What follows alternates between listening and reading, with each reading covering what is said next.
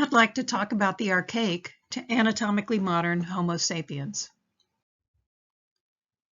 Transitional forms between Homo erectus and Homo sapiens are called the Archaic Homo, and they have been found dating between 500,000 to 30,000 years ago.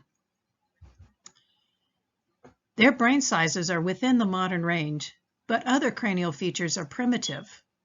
Additionally, their bodies tend to be stocky and muscular. However, Archaic Homo have been found in Africa, Europe, and Asia, from the middle throughout the Upper Pleistocene, and we find considerable regional variation among these. The Archaic Homo can be divided into two chronological groups. The Early Archaics, from 500,000 to 250,000 years ago.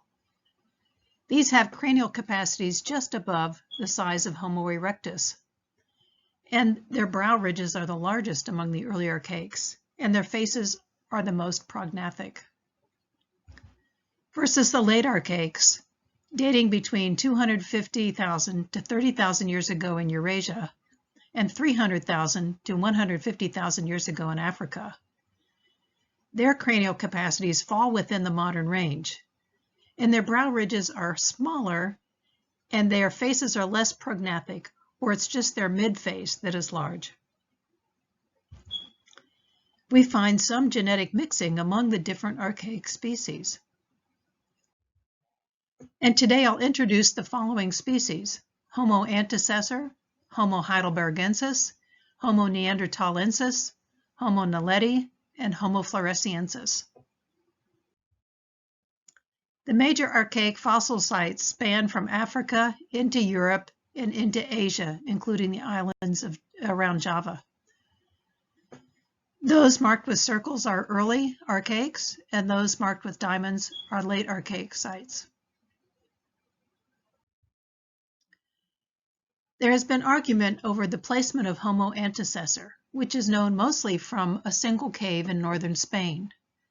Was it Homo erectus, or was it the last common ancestor of Neanderthals, Denisovans, and Homo sapiens? Luckily, unfossilized bone has been recovered, and recent mass spectrometry scan of the protein peptides in its tooth enamel indicate that Homo antecessor was a close relative of the last common ancestor to humans, Neanderthals, and Denisovans. Hence, it's somewhat closer to Homo erectus. When we compare archaic homos to Homo erectus, we see an increase in cranial capacity, whereas the mean cranial capacity for Homo erectus was 980 milliliters. For archaic Homo, the mean is 1,250 milliliters. If you compare the archaic skull on the left to the earlier Homo erectus skull on the right, you'll see that the forebrain has developed, resulting in a higher forehead and a rounder skull. Some of the skulls have thinner bones, but many are still thick. We see a diminished postorbital or behind the eye constriction. The face is reduced in size with less prognathism compared to Homo erectus. And although the brow ridge is still large, it is lessening. You notice now the brow ridge kind of makes these two swooping curves. So sometimes we still find thick skull bones and a sharp occiput at the back of the head. So the anatomical definition of archaic Homo is that the traits fall within the range of modern living humans, but the averages differ. So the brain case is larger than earlier hominins, and the cranial capacities fall within the modern range, but the population averages are lower. Teeth sizes also fall within the modern range, but especially the back teeth average larger. We find generally thicker cranial bones than we have today, with the supraorbital torus, the swooping eyebrows, and rear occipital bun. The prognathism is greater than among anatomically modern Homo sapiens, and the archaics lack a chin. The postcranial skeleton is more robust compared to us. Again, if you compare the modern skull on the bottom left to the archaic skull on the top right, you'll see some immediate differences. The archaic skull is low with a sloping forehead. The brow ridge is larger. The face and teeth are larger, and it rarely has a chin. The postcranial skeleton is very similar to us today, but in general the bones are thicker and show much greater musculature. Some paleoanthropologists call all early archaics in Africa and Europe Homo heidelbergensis. The early archaics also coincide with the middle Pleistocene epoch. On the left, we see the front and side view of a skull from Petrolona, Greece, and on the right, a skull from Kabwe, Africa. You'll notice that both have a large supraorbital torus. Supra meaning above, orbit, eye, above the eye torus. In other words, brow ridges. Very different looking from earlier brow ridges. And also at the back of the skull, an occipital bun. Notice the low sloping lack of foreheads and long, narrow skulls. The most famous population of archaic Homo is the Neanderthals, located in Eurasia around the Mediterranean. So these are one of the regional populations. They date between 200,000 to 27,000 years ago and should be considered to be late archaics living during the Upper Pleistocene.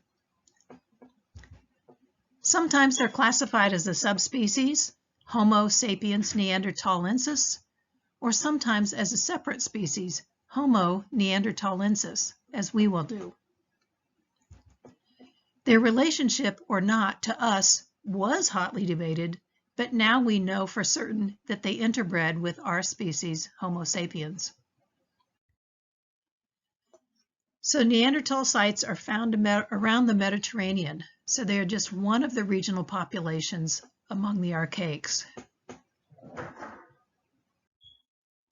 So all archaics are not Neanderthals. Neanderthals are simply one of the regional populations, perhaps the most famous one. If you look at the map on the right, the brown area around the Mediterranean indicates the range of the Neanderthals, whereas the red shows other non-Neanderthal archaic populations at the same time. And the purple on the left indicates glaciated areas during the glaciation periods where no one could live. So Neanderthals are famous for having a large nose, which shows up also on the skeleton as a large nose area. Large rounded brow ridges, a low sloping forehead, and a low long skull, which often has that occipital bun, as this skull does, at the back. No chin and large front teeth, with an average cranial capacity of 1,500 milliliters. John Gershay, among others, has reconstructed a Neanderthal face, and here he is shown in the steps taken to do this reconstruction. So he starts with those erasers indicating the depth of tissue at certain key points, and he's building in the muscles. Here he's added in more muscles and the eyes. And now he's put on the skin, and amazingly, I mean, he's even sculpted in the pores in the skin. And here's the finished product.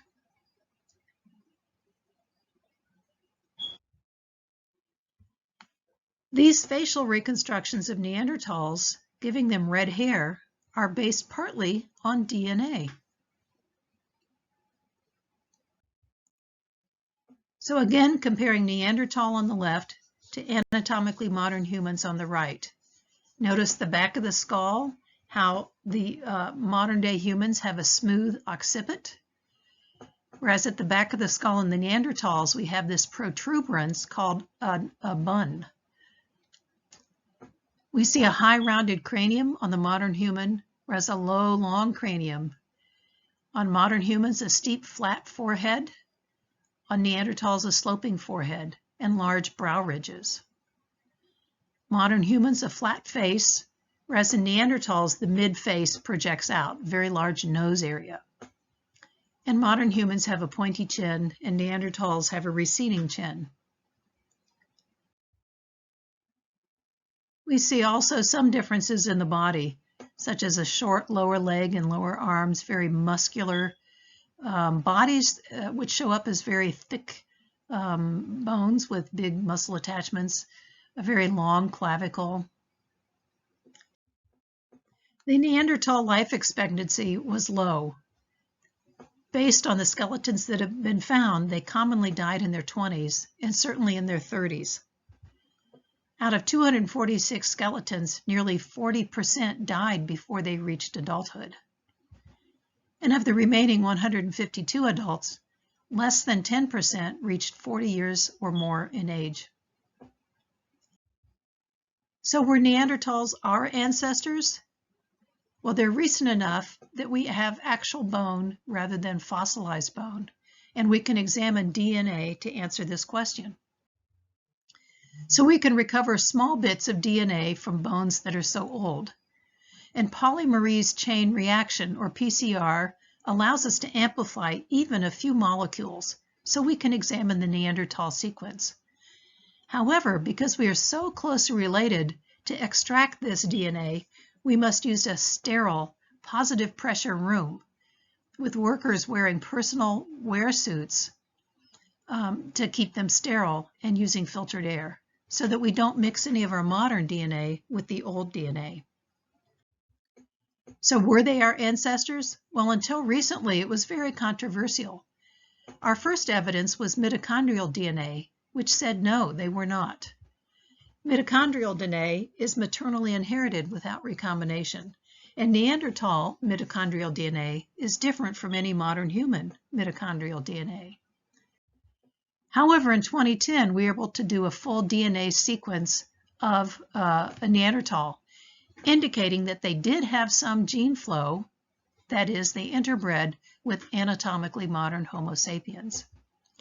So today, you are likely to have anywhere from 1 to 4% of Neanderthal DNA in you. It appears that this interbreeding probably occurred in the Middle East, somewhere between 86 to 37,000 years ago, with Homo sapiens who had left Africa. We find no evidence that such mating occurred within Africa. How do we know that? Well, when we look at the DNA of modern populations from China, France, and Papua New Guinea, we find Neanderthal DNA in them, in the modern day populations. Whereas populations from Southern Africa and Western Africa have no Neanderthal DNA.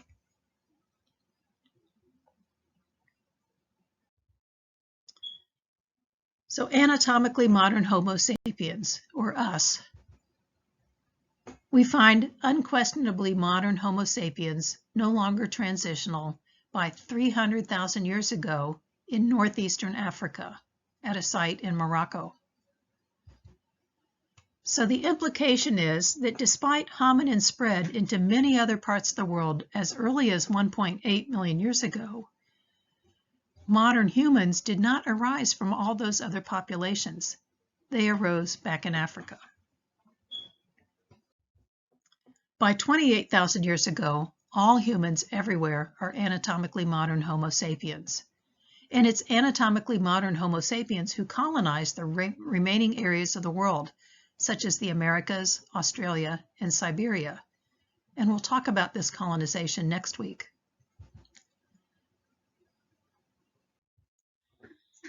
This map shows some of the major early Homo sapiens sites, including, you'll notice, down in Australia, which required a boat to get there. Anatomically modern Homo sapiens' face is essentially flat. We have no prognathism. We don't have the heavy brow ridges that you saw earlier. Our skull is globular, not elongated, and the forehead is more nearly vertical, and the postcranial skeleton is less robust. I need to insert in here two unusual species. The first of these is Homo naledi. found between 335,000 to 326,000 years ago. They have recovered at least 18 individuals from a cave in South Africa. This species has an unexpected combination of Homo characteristics and Australopithecine characteristics. It's unusual given its late date. Australopithecines died out by 1.8 million years ago. And during the same time period that Homo naledi was living, we find late Archaics and we find modern Homo. This map shows where Homo naledi was found in 2 different chambers in the Rising Star cave system in South Africa. It's similar in size and weight to a small modern human, that is, nearly 5 feet tall and 88 to 123 pounds in size. The look of the skull, the mandible, and the dentition look like us, look like Homo, except that the teeth are small. And the cranium looks structurally similar to early Homo, as do the hands, feet, and lower limbs. But the very small brain case, the small cranial capacity, looks more like Australopithecine, as does the rib cage, the shoulder, and the pelvis. So the cranium, mandible, and dentition are somewhat consistent with Homo, but the brain size is that of Australopithecines. And look at the back of that skull in the top middle of the picture. From the back, it looks just like a Homo erectus skull, widest at the bottom. So we sometimes see a sagittal keel. The skull is widest at the base. We also see a well-defined supraorbital torus, that is, brow ridge. And if you look at the teeth on the top right, the third molar is not reduced in size. In our mouths, the third molar is the smallest. A nearly complete skull has only 610 milliliters cranial capacity. And look at the prognathism, the low sloping forehead. This picture illustrates the frontal and vault morphology in Homo naledi compared to that in other hominin species. So at the top left, you see Australopithecines. In the middle, you see Homo habilis on the left. On the top right, you see 3 different Homo erectus skulls. And on the bottom left, Homo naledi. The lower limbs are human-like, especially the foot and ankle. In this, you can clearly see the longitudinal arch that is so characteristic of our feet. But the pelvis is more flared, like an Australopithecine pelvis. And although the wrist, fingertips, and proportions of fingers looks like Homo, the phalanges are markedly curved, even more so than among Australopithecines. And for the Australopithecines, the curved phalanges went along with moving around in trees. The shoulders also look like Australopithecines, as does the flaring rib cage, but the vertebra look like Homo. Another unusual species is Homo floresiensis. We'll talk more about Homo floresiensis coming up. But it was found in 2004 in a cave on the island of Flores in Indonesia. The bones date between 100,000 to 60,000 years ago, but we find artifacts dating even earlier, back to 190,000 years ago, and no earlier hominins before Homo floresiensis on the island. These creatures were only 3 foot high, and their brain was 1/3 the size of ours. The skull looks basically like a Homo erectus or like Archaics, and the body looks like Australopithecines. We wonder, did they descend from Homo habilis? In other words, did Homo habilis leave Africa before Homo erectus? So let's quickly review the human lineage during the Pleistocene, between 1.8 million years ago to 10,000 years ago. Homo habilis lived during the Pliocene into the Pleistocene, from 2.4 to 1.4 million years ago. And so far, we've found its skeletons only in Africa. Neither the body nor the cranium look modern. and this creature was still active in trees. It does have the first larger brain than Australopithecines, and it was making stone tools.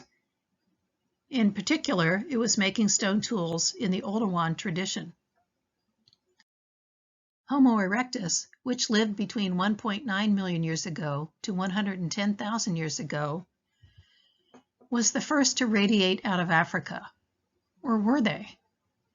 It has the first modern body, although the body is still stocky and muscular.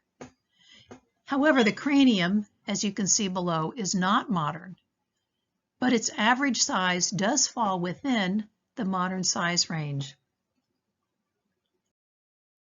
Moving on, Homo erectus is the first human with a modern-looking postcranial skeleton, but stocky.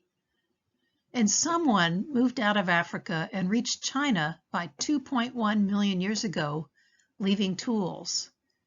This predates Homo erectus. So the picture gets messy. Think about it. Once people spread out so far geographically, from Africa, southern Africa, northeastern Africa, southern Europe, Far East Asia, even into the islands of Java, how much gene flow could there be? So we see the development of groups we call Archaic Homo. That is, forms that are transitional between Homo erectus and Homo sapiens. We find multiple species or subspecies living at the same time and sometimes in the same area. Populations die out. Some populations survive in small geographic areas or pockets of refuge. So we have controversies over naming and categorizing these transitional species, and controversies over the amount of gene flow among them.